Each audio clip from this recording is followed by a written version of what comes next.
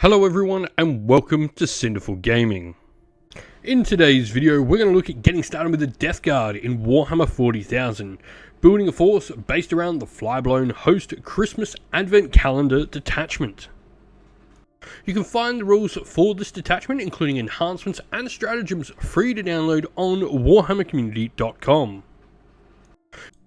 Today's video is sponsored by Gap Games, a fantastic miniature wargaming store in Queensland, Australia. They stock a wide variety of miniature wargames from all things Games Workshop to some of my personal favourites, Conquest of the Last Argument of Kings, and all things Modifius wargames as well. Use our affiliate code in the link below to help support both this fantastic store and the channel as well. And so the first model we're going to talk about is the Death Guard Chaos Lord. Now, for this particular video, we've chosen to use the Chosen of Mortarion box set, which is going to contain 3 characters. One of those is a Plague Marine character that you can easily use as a Death Guard Chaos Lord. Death Guard Chaos Lords have a variety of different weapon options, though this model is probably going to come with the ones that obviously will be on there, but you can convert up any of the options you want. It is a nice toughness 5, 3+ save, 4+ invulnerable save, 5 wound character that has going to be able to boost up the power of your Plague Marine units that it can join.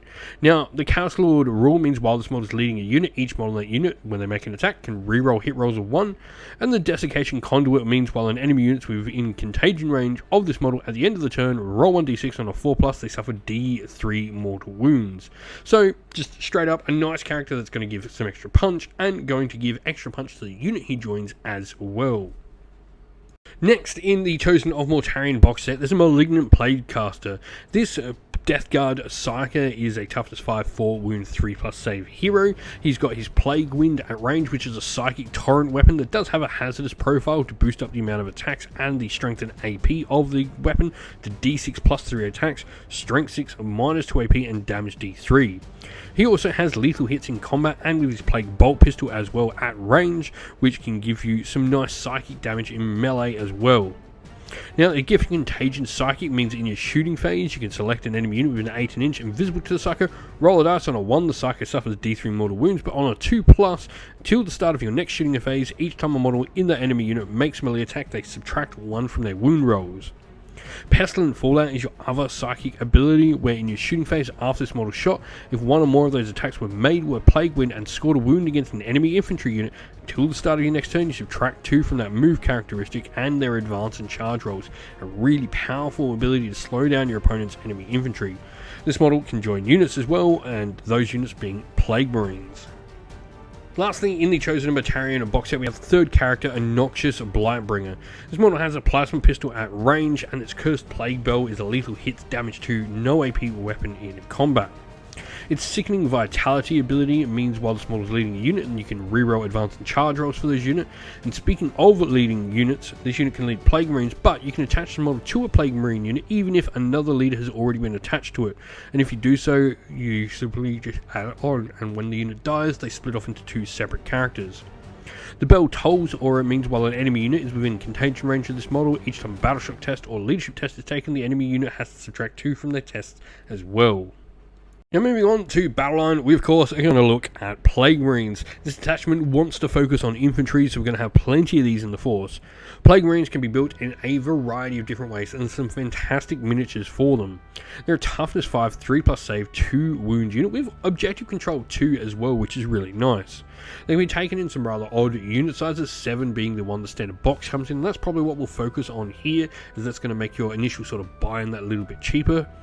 They do have a ton of different options from some of your things you would expect from Space Marines like plasma pistols, melty guns and all that, but also have their own unique weapons, things like the Heavy Plague Weapon, which is a lethal hit, strength 8, minus 2 AP, damage 2 weapon. They've also got their Plague Spewers, Plague Belchers and Blight Launchers, which are a mix of the Blight Launcher being a lethal hits weapon at range with some decent strength and damage, or the Plague Belcher and a Plague Spewer, which are both going to be anti-infantry ignores cover torrent weapons. Other than that, we have the Remorseless rule, which means while this unit's within range of objectives, they can add 1 to their Battle Shock tests. Next up, we have the Blightlord Terminators. Now, these are going to provide us with two different options. You can either run them on foot and, of course, make use of all the abilities we're going to get, the stealth and the advanced movement at the beginning of the game, or they can be a unit you can use to sort of respond to what your opponent's doing, a unit that can come down by their special rule, Deep Strike. Now, Blightlord Terminators are a 2+ save, 4 up and vulnerable, as you would expect. They're also toughness 6 as well, which is really nice. They've got some options which you would expect to see on Terminators, like combi weapons, though these are going to have combi bolters that have lethal hits as a Death Guard. They'll sort of get all lethal hits on all their sort of bolt gun variants. They've got a Reaper autocannon in there as well. They've got the Blight Launcher and a Plague Spear, which we remember from the Plague Marines. But they've also got a Flail of Corruption as well, which is sort of a, I guess, their alternative to a Lightning Claws. Lots of attacks, decent strength 5, -1 AP, and damage 2 as well. Now, other than that, you've got the Blistering Fusillade, where each time a model in this unit makes a ranged attack, they can target the closest eligible unit, and they'll get a reroll wound roll of 1 against that. Lastly, we have the Mephitic Blight Haulers. Now, the reason we're talking about them in this particular army is we do have some of the stratagems that focus around having some of these in our force near our units of infantry. But other than that, they are going to provide us with some good anti-tank. They've got the Tank Hunter special rule, which means each time they target a ranged attack at a vehicle, they get to add 1 to the wound rolls. It's pretty cool when you consider we've got things like missile launchers and their crack missiles at strength 9, and the multi-melter there as well for some nice melter 2 damage d6 -4 AP damage. They've also got lethal hits at range and in their melee attacks as well. The range one is just a couple of little strength 5 no AP shots, but it's there. And you've got the Gnashing Maw for 4 attacks at strength 6 -1 AP damage 1 in combat with that lethal hits rule.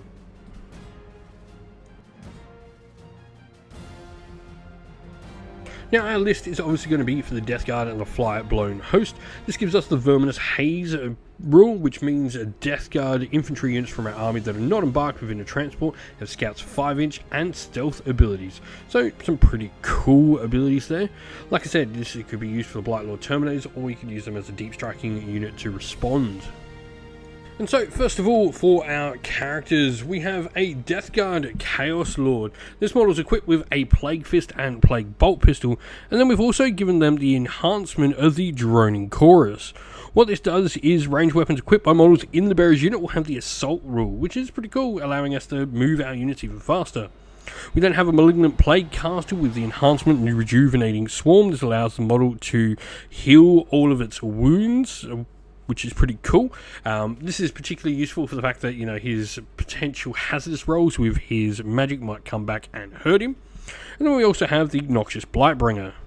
For battle line, we have 3 units of Plague Marines. We've gone with just the standard unit box set, so 7 models in each unit. Plague Champion with Heavy Plague Weapon and Plasma Pistol, a Blight Launcher, Bolt Gun, Bubotic Weapon, Heavy Plague Weapon, Plague Spear, and Plague Belcher in each unit.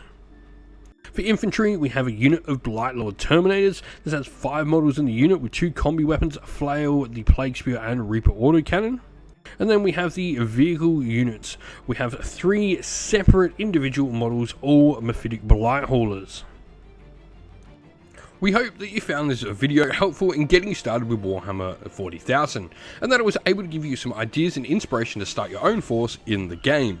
If you have any further questions, please comment down below. And while you're there, don't forget to drop a like, subscribe, and join our Discord server to check out all of our future Warhammer 40,000 content.